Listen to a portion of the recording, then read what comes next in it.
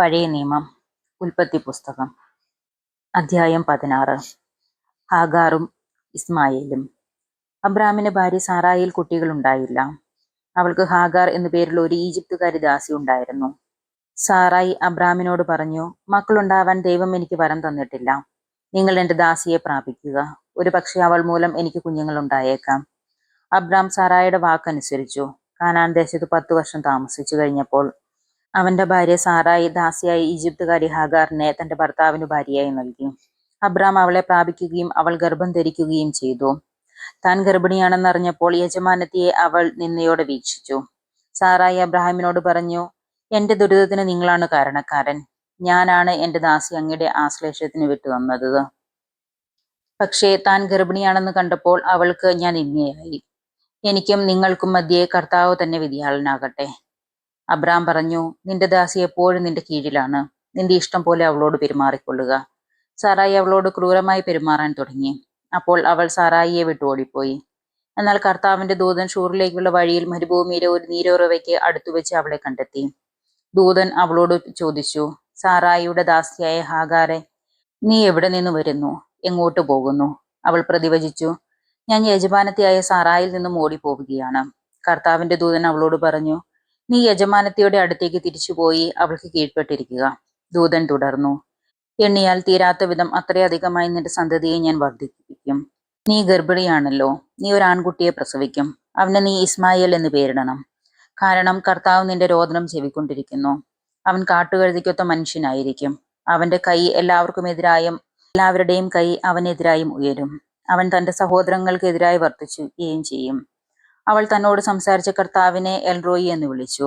കാരണം എന്നെ കാണുന്നവനായ ദൈവത്തെ ഞാനും ഇവിടെ വെച്ച് കണ്ടു എന്നവൾ പറഞ്ഞു. അതുകൊണ്ട് ആ നീരുറവയ്ക്ക് ബേൽഹാർറോയി എന്ന് പേരുണ്ടായി. അത് കാദിഷിനും ഭേരദിനും ഇടയ്ക്കാണ്. ഹാഗറിൽ അബ്രാമിന് ഒരു പുത്രൻ ജനിച്ചു.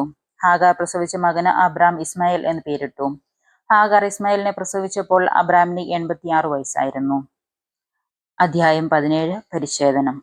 അബ്രാമിന് 99 വയസ്സായപ്പോൾ കർത്താവ് പ്രത്യക്ഷപ്പെട്ട് അവനോട് അരുളി ചെയ്തു, സർവശക്തനായ ദൈവമാണ് ഞാൻ.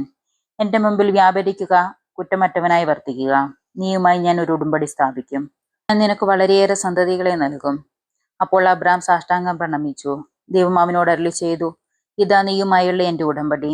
നീ അനവധി ജനതകൾക്ക് പിതാവായിരിക്കും. ഇനിമേൽ നീ അബ്രാം എന്ന് വിളിക്കപ്പെടുകയില്ല. നിന്റെ പേര് അബ്രാഹാം എന്നായിരിക്കും. ഞാൻ നിന്നെ അനവധി ജനതകളുടെ പിതാവാക്കിയിരിക്കുന്നു. നീ സന്താന പുഷ്ടിയുള്ളവനാകും. നിന്നിൽ നിന്ന് ജനതകൾ പുറപ്പെടും. രാജാക്കന്മാരും നിന്നിൽ നിന്ന് ഉദ്ഭവിക്കും. ഞാനും നീയും നിനക്ക് ശേഷം നിന്റെ സന്തതികളും തമ്മിൽ തലമുറയായി എന്നേക്കും ഞാൻ എൻ്റെ ഉടമ്പടി സ്ഥാപിക്കും. ഞാൻ എന്നേക്കും നിനക്കും നിന്റെ സന്തതികൾക്കും ദൈവമായിരിക്കും. നീ പരദേശിയായി പാർക്കുന്ന ഈ കാനാൻ ദേശം മുഴുവൻ നിനക്ക് ശേഷം നിന്റെ സന്തതികൾക്കുമായി ഞാൻ തരും. എന്നെന്നും അത് അവരുടേതായിരിക്കും. ഞാൻ അവർക്ക് ദൈവമായിരിക്കുകയും ചെയ്യും. ദൈവം അബ്രാഹത്തോട് കൽപ്പിച്ചു, നീയും നിന്റെ സന്താനങ്ങളും തലമുറ തോറും എൻ്റെ ഉടമ്പടി പാലിക്കണം. നിങ്ങൾ പാലിക്കേണ്ട ഉടമ്പടി ഇതാണ്. നിങ്ങളിൽ പുരുഷന്മാരെല്ലാവരും പരിച്ഛേദന ചെയ്യണം. നിങ്ങൾ അഗ്രചർമ്മം ഛേദിക്കണം. ഞാനും നിങ്ങളുമായുള്ള ഉടമ്പടിയുടെ അടയാളമായിരിക്കും അത്. നിങ്ങളിൽ 8 ദിവസം പ്രായമുള്ള ആൺകുട്ടികൾക്കും പരിച്ഛേദന ചെയ്യണം.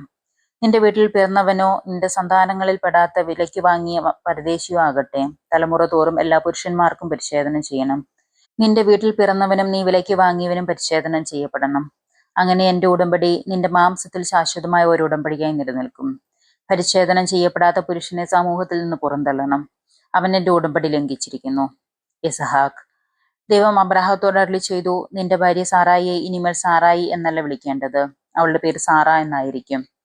ഞാൻ അവളെ അനുഗ്രഹിക്കും. അവളിൽ നിന്ന് നിനക്കൊരു പുത്രനെ തരും. അവളെ ഞാൻ അനുഗ്രഹിക്കും. അവൾ ജനതകളുടെ മാതാവാകും. അവളിൽ നിന്ന് ജനതകളുടെ രാജാക്കന്മാർ ഉദ്ഭവിക്കും. അപ്പോൾ അബ്രാഹാം കമിഴ്ന്നു വീണ് ചിരിച്ചുകൊണ്ട് ആത്മഗതം ചെയ്തു. 100 വയസ്സ് തികഞ്ഞവന് കുഞ്ഞ് ജനിക്കുമോ? 90 എത്തിയ സാറ ഇനി പ്രസവിക്കുമോ?